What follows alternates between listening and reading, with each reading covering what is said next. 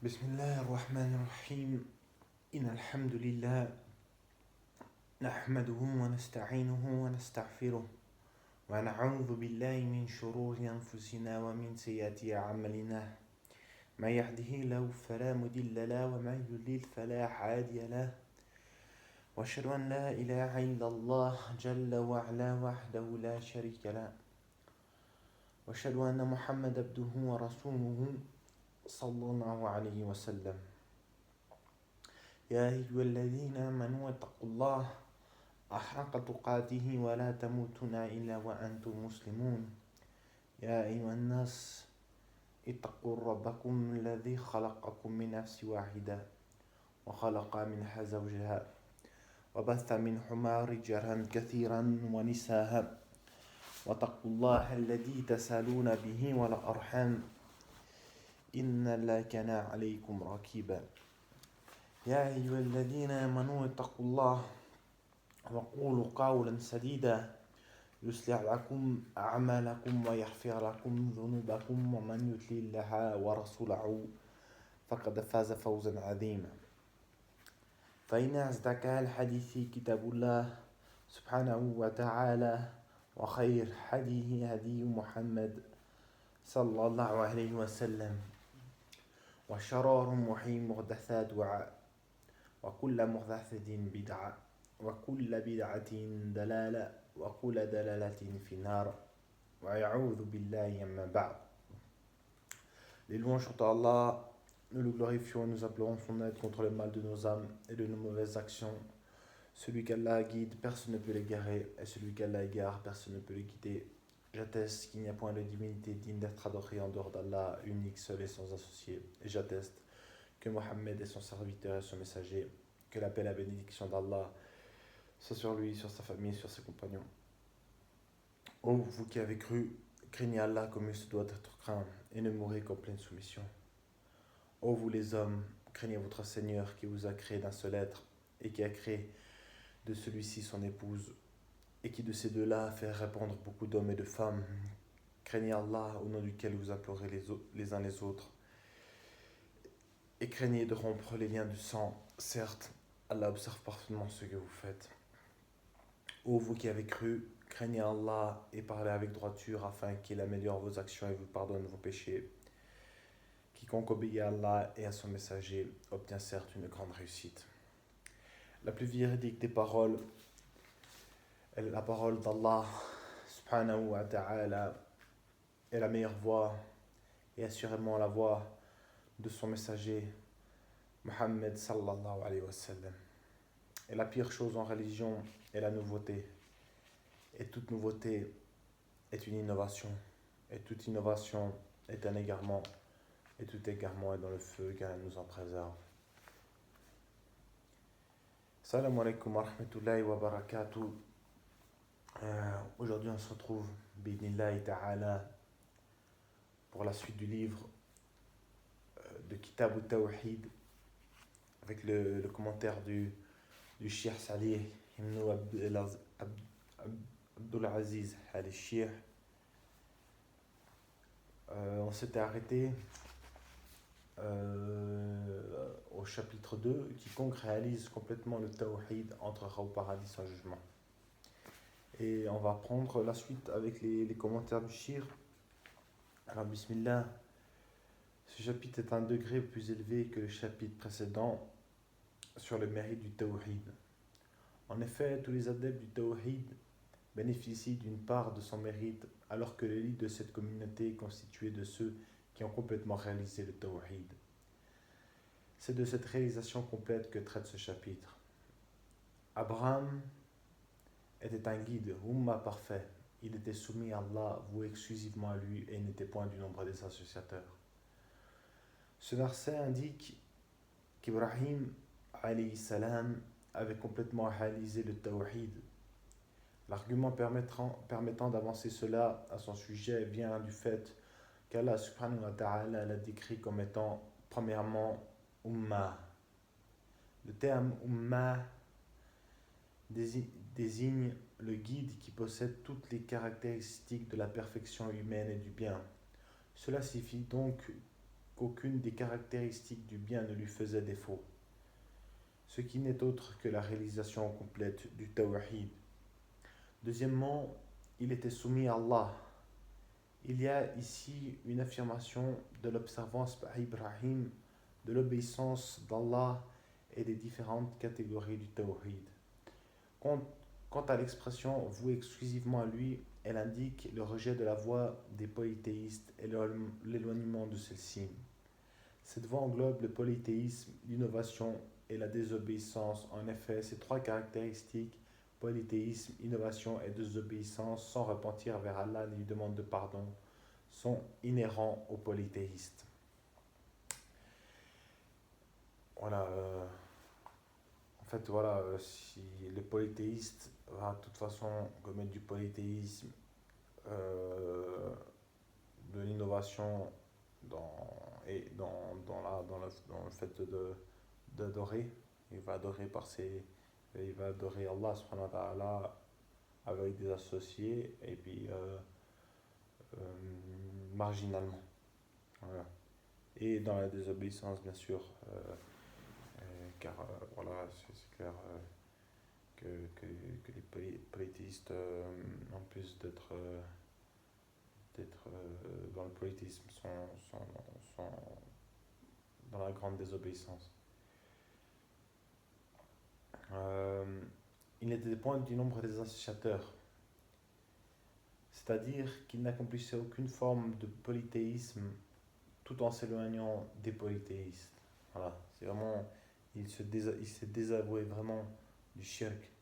Et nous devons faire de même aussi. Ça veut dire que le fait de ne pas faire du shirk nous-mêmes, de ne pas cautionner le shirk et de s'éloigner de tout ce de ceux qui le pratiquent et de tout ce qui pourrait y mener. Voilà. C'est vraiment, on doit fuir le shirk comme avec la plus grande ardeur. Ça doit vraiment quelque chose qui doit nous faire peur. On doit avoir peur du shirk. Une peur, voilà, relative. Ça ne veut pas dire que tu as une statue, tu as peur de la statue. Non, tu as peur de commettre le shirk. Ou bien de commettre ce qui va te mener au shirk. Vraiment, tu dois t'en désavouer. Par exemple, tu vas pas rentrer dans une église pour visiter, ah voilà, si je regarde des vitres. Non, non, tu te désavoues, tu ne rentres pas. Ou voilà, tu vas pas commencer à regarder des prêches de mouchrik ou bien euh, voilà, vraiment, tu te désavoues des associateurs et du shirk, de l'association. Euh, D'ailleurs, le shirk, qu'Allah lui fasse miséricorde, là il parle du shirk Mohammed ibn Abdel Wahhab, a bien appréhendé les différents sens de ce verset. Il en a déduit que les caractéristiques citées concernaient la réalisation du tawhid, de l'unicité. Ceux à qui leur Seigneur n'associe rien. Ceci est une négation du polythéisme. En effet, dans la langue arabe, lorsqu'une négation précède un verbe et l'inaccompli, elle comprend tout le sens induit du substantif de ce verbe. Ainsi, c'est comme si Allah avait dit ceux qui n'associent rien à leur Seigneur, que cette association soit majeure, mineure ou cachée. Voilà, alors, dans ce verset, ceux à qui à leur Seigneur n'associent rien, dans la langue arabe, ça englobe toutes les formes d'association. Et puis pas seulement le fait par exemple, de prier des idoles et choses comme ça. Vraiment, ça englobe tout. Tout ce qui se rapporte au shirk, qu'il soit majeur, mineur ou caché. C'est d'ailleurs le monothéiste qui n'associe pas d'autre divinité à Allah, Par conséquent, nous sommes en présence d'une relation d'implication, à savoir qu'une personne qui ne pratique aucune des formes de polythéisme n'a délaissé ce dernier qu'en raison de son tawhid. Voilà, ça veut dire vraiment, si tu es quelqu'un, Inch'Allah ta'ala, qu'Allah nous compte parmi ceux-là, qui n'associe rien à Allah dans aucune sorte, tu peux arriver que dans cet état parce que tu veux accomplir le tawhid. Tu cherches à unifier Allah. Si tu ne cherches pas à unifier Allah, tu commettras de toute façon une sorte d'association. Si tu n'essaies pas de... Voilà, c'est ça. Vraiment. Si tu ne veux pas accomplir le tawhid, tu ne veux pas chercher à unifier ton Seigneur, tu tomberas dans une sorte de shirk, qu'Allah nous en préserve. Les savants ont dit que l'expression à leur Seigneur précède le verbe associé, car à la Seigneurie, Rububiyya indique l'adoration. Ceci est une caractéristique de ceux qui ont réalisé le tawhid, car le fait de ne pas associer implique que l'on n'associe pas ses passions à Allah. En effet, si le serviteur associe ses passions à Allah, il sombre alors dans l'innovation bid'a ou dans la désobéissance ma'asiya. Ainsi, la négation du polythéisme est une négation de toutes ces catégories d'innovation et de la désobéissance. Et c'est bien cela la réalisation du tawhid d'Allah subhanahu wa ta'ala. Alors, ouais, c'est assez clair. Euh,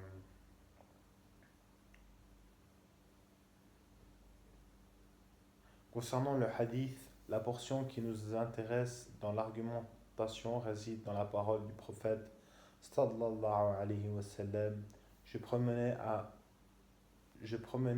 à nouveau mon regard quand je vis une autre foule immense. On me dit, ceci est ta communauté. 70 000 de ses membres entreront au paradis sans jugement ni châtiment. Et le prophète se leva et rentra chez lui. Les gens se mirent à discuter sur ces 70 000 personnes. Certains dirent, ce sont peut-être les compagnons du prophète sallallahu alayhi wa sallam.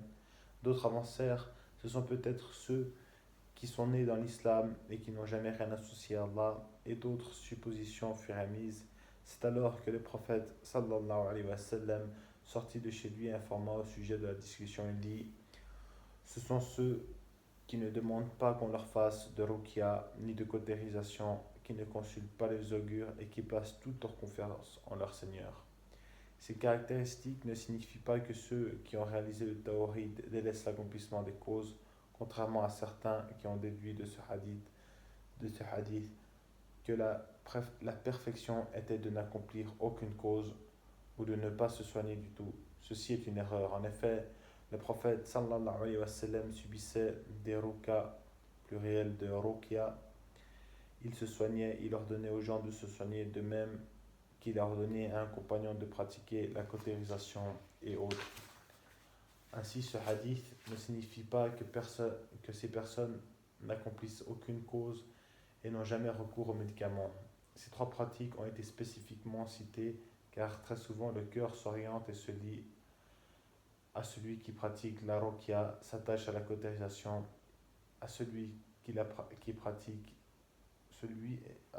la pratique ou aux augures. Cela cause donc une diminution de la confiance en Allah. Quant au fait de se soigner, c'est une chose légiférée, tantôt obligatoire, tantôt conseillée, ou comme dans certains cas simplement autorisée. Le prophète sallallahu alayhi wa sallam a dit en effet, soignez-vous, serviteurs d'Allah, mais ne le faites pas par des moyens illicites.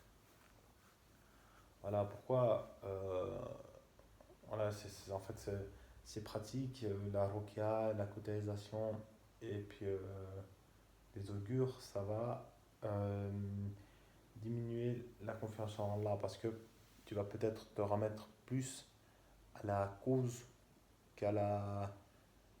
qu'au tawakkul, que la confiance en Allah.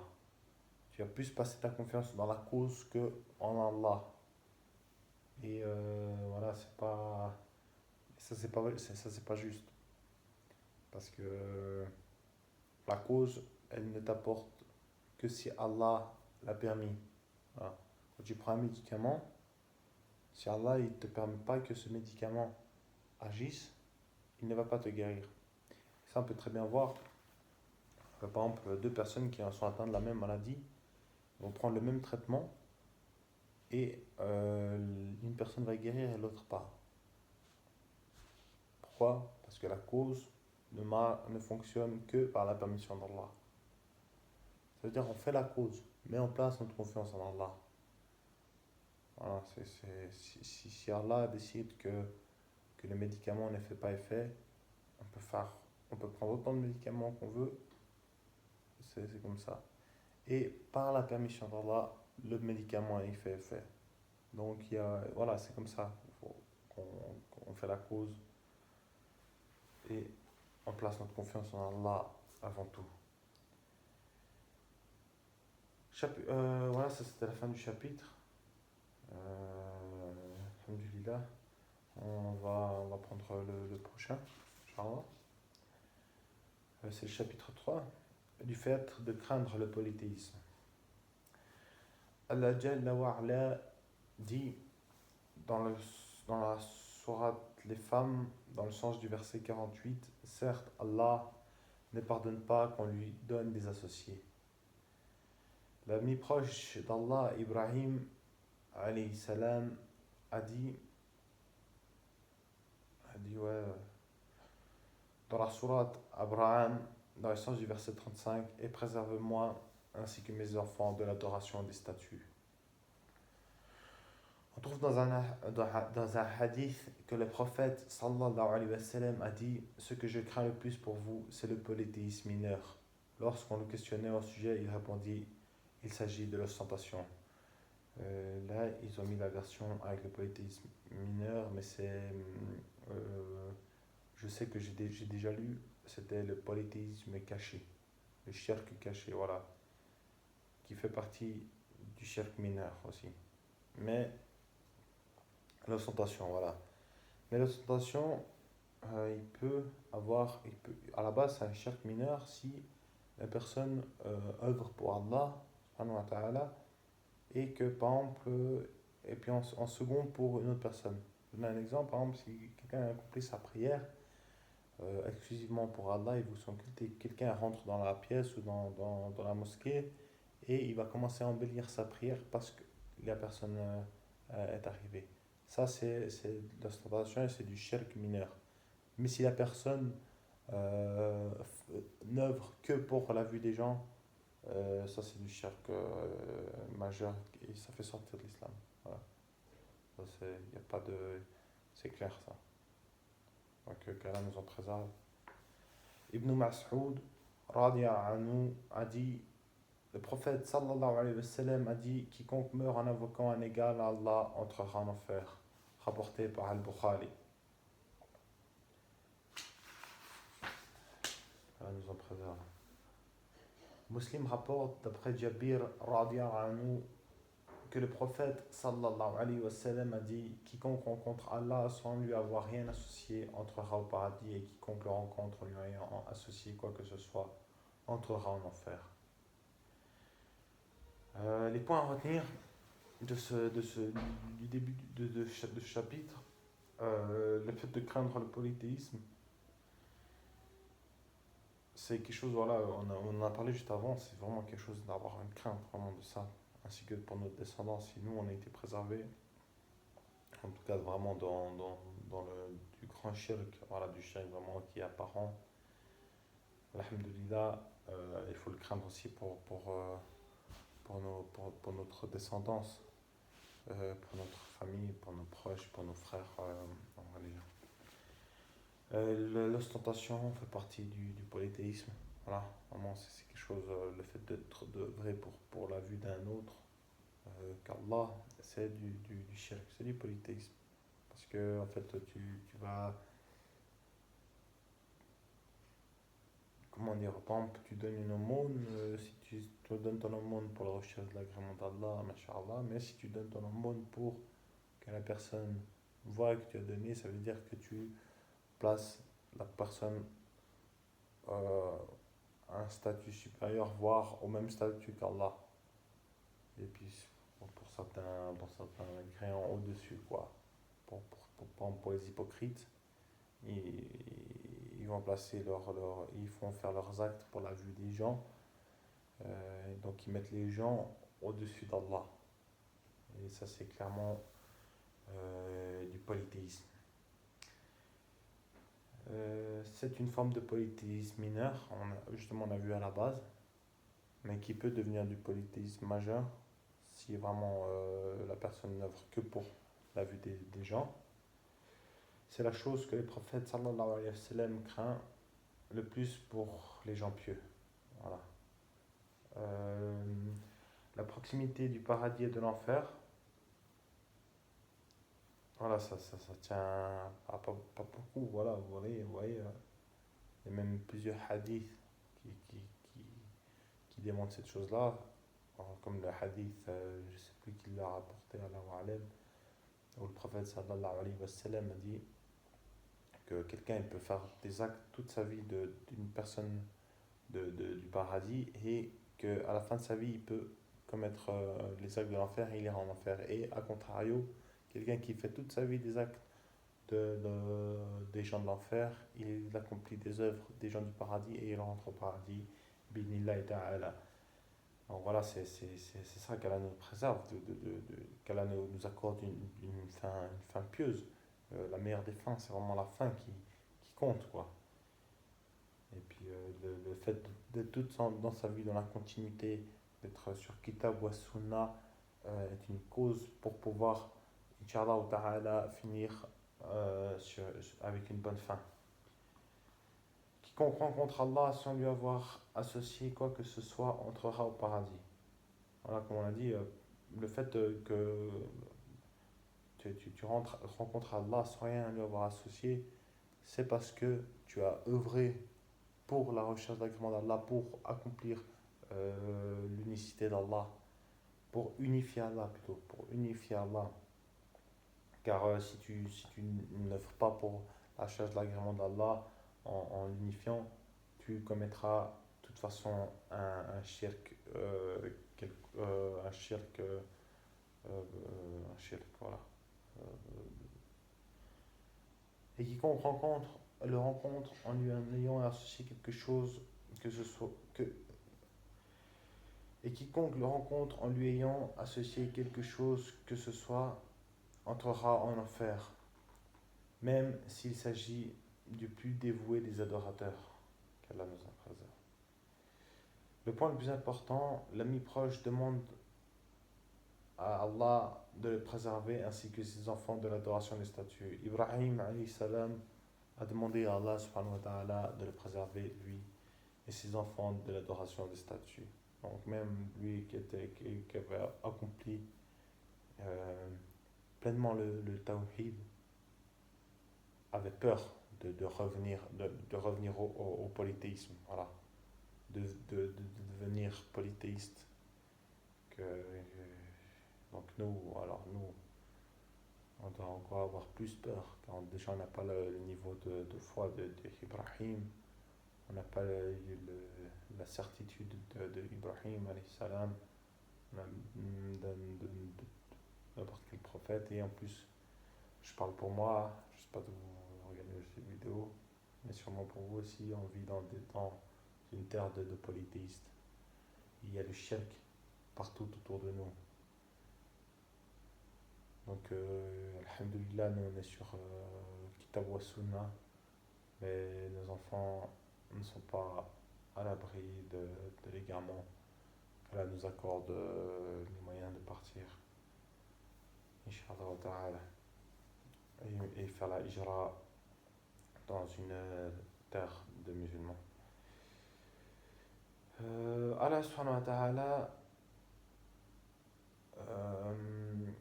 dit dans le Coran, dans la sourate Ibrahim, dans le sens du verset 36, où c'est Ibrahim alayhi salam qui parle: Ô mon Seigneur, elles, les idoles, ont égaré beaucoup de gens. On trouve l'explication du sens de la formule La ilaha illallah.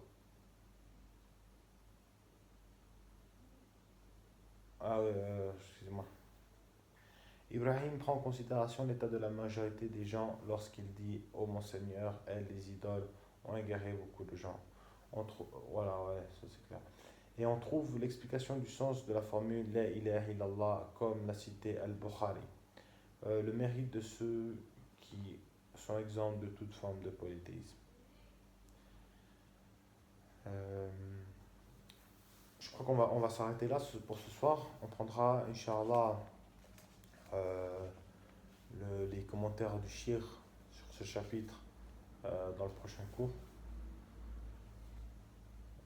Et puis on fera la suite, voilà, le prochain chapitre, inviter les gens à tester qu'il n'y a de divinité si ce n'est Allah, faire l'appel au tawhid.